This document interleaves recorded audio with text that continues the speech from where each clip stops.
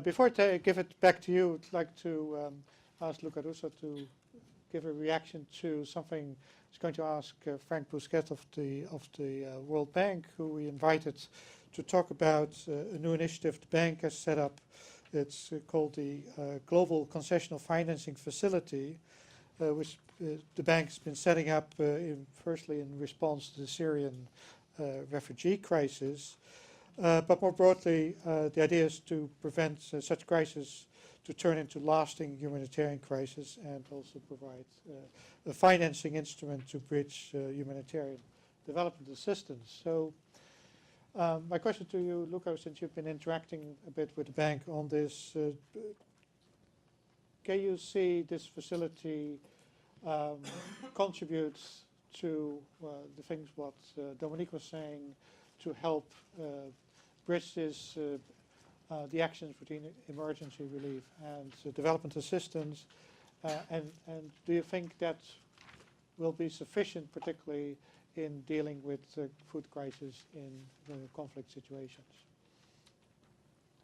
Okay, thank you. I was not expecting to speak about this and not to speak almost on behalf of the World Bank. So, but I can say a few things, and I think on this maybe also with Arif we share the same position on this. So when we were first approached by the bank in late 2017, and we heard about this idea of putting resources to do exactly what we would like to do, that is have some funds which help people to prevent people to fall into a famine situation, particularly in conflict-related contexts, we welcome very much the move. Our message to the bank, I think, have been consistent, and up to now they have been taken on board. The first one is, please don't create parallel mechanisms to the ones that are already existing. We have the IPC, the Integrated Food Security File Classification, because basically they are looking for triggering mechanisms. Their initiative is based on three elements: analysis with triggering mechanism, then financing, which a possibility of using insurance-based mechanism, although as practitioner we see very difficult in private sector getting involved in the most severe context that we mentioned. We don't really see how an insurance mechanism could work on this, but that is a view. And the third one is implementation, how you can implement activities in the context which are particularly difficult, as Arif pointed out. So these are the three elements. Up to now, we have been working a lot on the analysis part, the triggers. And I mean, the first time they came to see us, I mean, they said, we know nothing about food security. So can we have a discussion with you? They were talking of some modeling. And what we tried to tell them, and I think the things has been taken on board, there is a system in place, which is the IPC, which covers over 40 countries. It has a scale. And most probably we need to think of intervening on when you are in phase 3 and not waiting for phase 4. And what is interesting is that something that it was completely new in the bank, now everyone at the bank is talking of IPC 3, 4, 5. So I think that was a very important achievement. Now the issues there is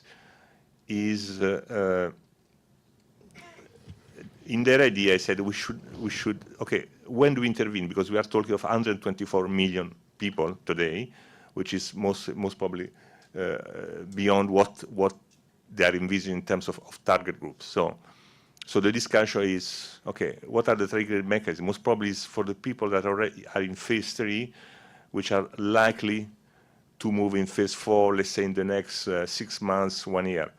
In addition to the people that are already in phase 4, which we estimate to be around 20 million. When we say 124 million, we think that roughly 20 million of these people that are already in the most dire situation.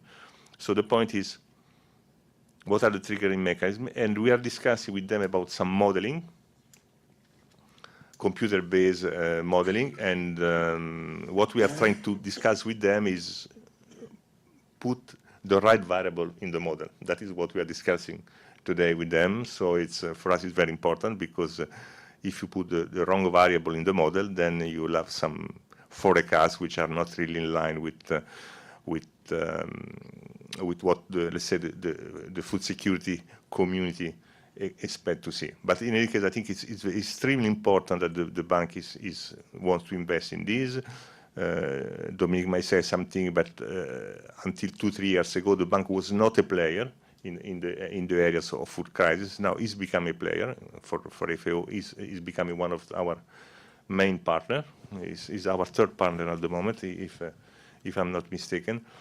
And for a person like me who has been working a lot on protracted crisis, in fact, if you remember, I mean, the term protracted crisis was defined in the SOFI State of Food Security Report of 2010, which I was one of the authors, and therefore seeing that these things is taking more and more political attention for us is extremely important. So it's an extremely welcome move. The question is the model, the direction that the model will take, and then for us still we have a big question about the role of private sector and insurance-based mechanism in the context that we mentioned. That is South Sudan, northeastern Nigeria, Yemen. For countries which are more, let's say, borderline, we think that the insurance mechanism can work, but for those particular contexts, most probably we need to think of something more public sector intervention. That is our view on the moment.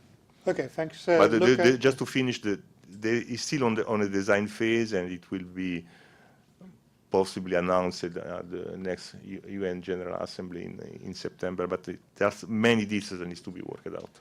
Okay, so I think what you're saying is, okay, it's good to have the World Bank on board. It's good that new financing mechanisms in place to support operations in those contexts, but it may not be the only tool that we need to resolve the situations.